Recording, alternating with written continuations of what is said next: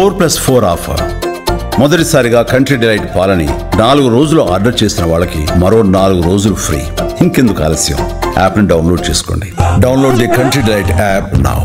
Trump జెలెన్స్కీల మధ్య gap ఎంత పెరిగిందో మనం అమెరికాలో చూసాం. ఇద్దరు నాయకులు కొట్టుకున్నంత పనిచేశారు, ఇక కొట్టుకోవడమే తక్కువ. ఇప్పుడు జెలెన్స్కీ మళ్ళీ వైట్ హౌస్ వస్తాను, ట్రంప్ పిలిస్తే సంతకం చేస్తాను ఒప్పందం పైన అంటున్నాడు.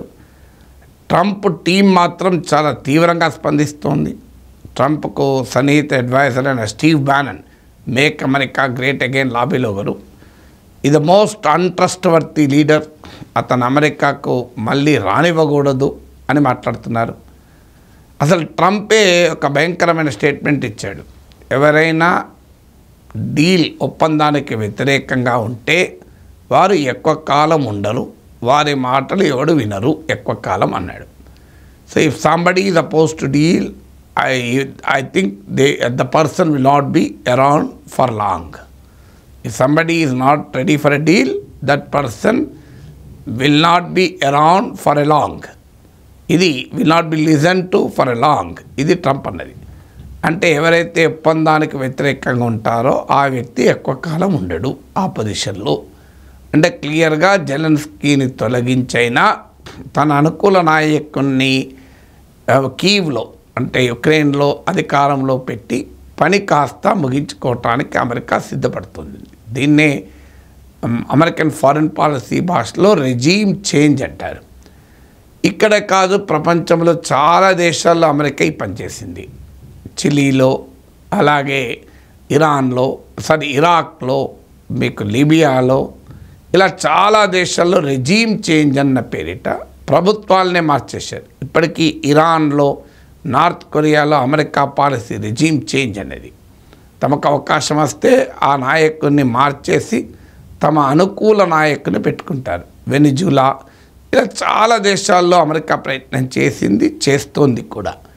ఇప్పుడు ట్రంప్ మాటలు చూస్తే ఏమర్థమవుతుంది, డీల్కు ఎవరైనా వ్యతిరేకిస్తే ఆ పర్సన్ ఎక్కువ కాలం ఉండడు అని చెప్తున్నాడు ఓపెన్గా. చెప్పడమే కాదు, ఇది మాటలు జెలెన్స్కీ పైన బెదిరింపుల కోసం చెప్పిన మాటలు కాదు. దీనికి కారణం ఏంటి అంటే ఆల్రెడీ ప్రయత్నాలు కూడా మొదలయ్యాయి. సో ట్రంపే కాదు, పుటిన్ కూడా సహజంగానే జెలెన్స్కీ పోవాలని కోరుకుంటాడు. ఇప్పుడు ట్రంప్, పుటిన్ జబర్దస్త్ దోస్తులు. అందువల్ల తమ ఫ్రెండ్ కోసమైనా జెలెన్స్కీని తొలగించడానికి ట్రంప్ ప్రయత్నం చేయొచ్చు. ఎందుకంటే జెలెన్స్కీని టాక్సిక్ లీడర్ అని చెప్పి పుటిన్ వ్యాఖ్యానించాడు. ఈ టాక్సిక్ లీడర్ అంటే విషపూరితమైన నాయకుడు. ఇతను మిలిటరీ కన్సిడరేషన్స్ దృష్టిలో పెట్టుకుని ఆదేశాలు ఇవ్వడం లేదు, తన పొలిటికల్ కన్సిడరేషన్స్ దృష్టిలో పెట్టుకొని ఆదేశాలు ఇస్తున్నాడు అని జెలెన్స్కీ పైన పుటిన్ విరుచుకుపడ్డాడు.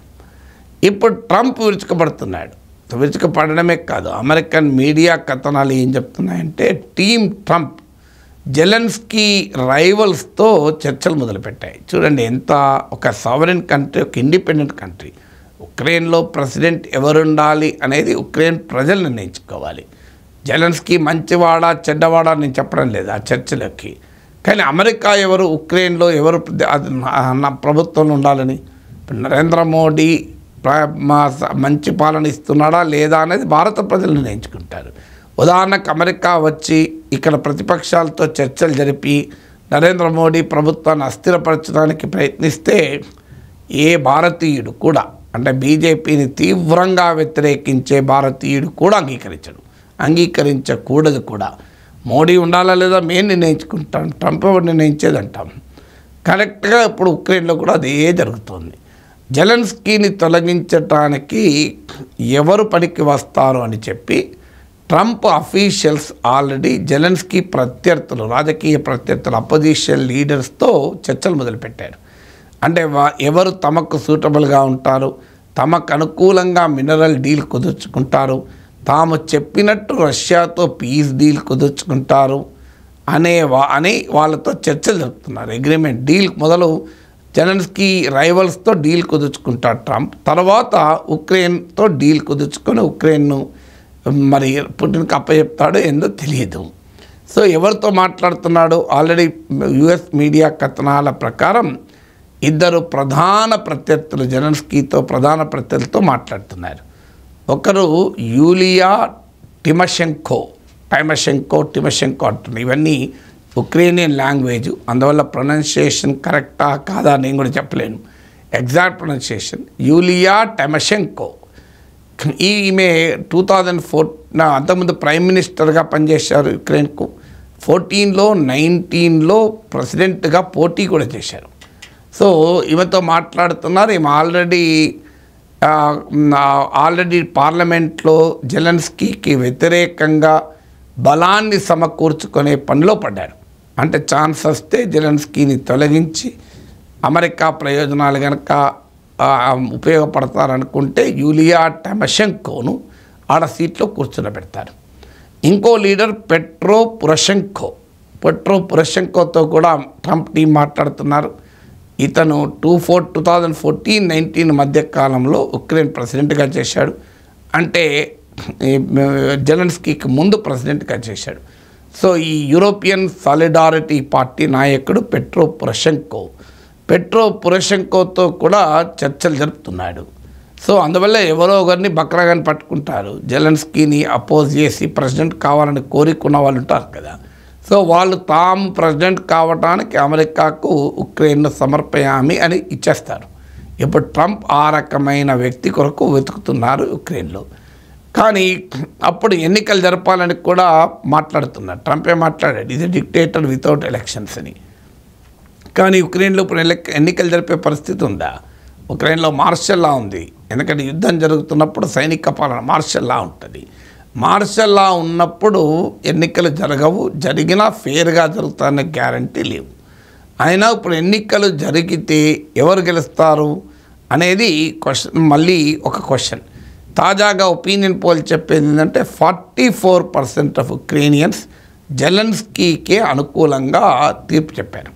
అంటే ఒపీనియన్ పోల్ సర్వేలలో 44% జెలెన్స్కీకి అనుకూలంగా చెప్తే మీకు వాలరీ జెలుజ్నీ అనే ఒక అపోజిషన్ లీడర్కు 21% చెప్పారు. పెట్రో పొరషెంకోకు 10% చెప్పారు. యూలియా టిమోషెంకోకు 6% చెప్పారు. సో కానీ క్లియర్గా 44% జెలెన్స్కీకి చెప్పారు.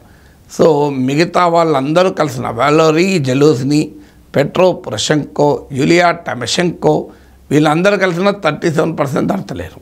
So Zelensky is a formidable leader. ఎందుకంటే యుద్ధ సమయంలో సహజంగానే తమ దేశ ఇంట్రెస్ట్లకు నిలబడుతున్నాడన్న ప్రేమ అభిమానం ప్రజల్లో ఉండవచ్చు. సో జెలెన్స్కీ పైన ఎంత వ్యతిరేకతనో ఇది సమయం కాదు. ఈవెన్ అపోజిషన్ పార్టీస్ కూడా పబ్లిక్గా జెలెన్స్కీని సపోర్ట్ చేస్తున్నారు. యుక్రెయిన్ వార్ విషయంలో యుక్రెయిన్ స్టాండే సపోర్ట్ చేస్తున్నారు. ఇంటర్నల్గా జెలెన్స్కీకి వ్యతిరేకంగా మద్దతు కూడా కట్టుకుంటున్నారు. అమెరికా ట్రంప్ ప్రతినిధులతో చర్చలు జరుపుతున్నారు. కానీ బహిరంగంగా మాత్రం వాళ్ళు జెలెన్స్కీకి అనుసరిస్తున్న వైఖరిని సమర్థిస్తున్నారు. సో చూడాలి, జెలెన్స్కీనే మారుతాడా, జెలెన్స్కీనే మారుస్తాడా ట్రంప్?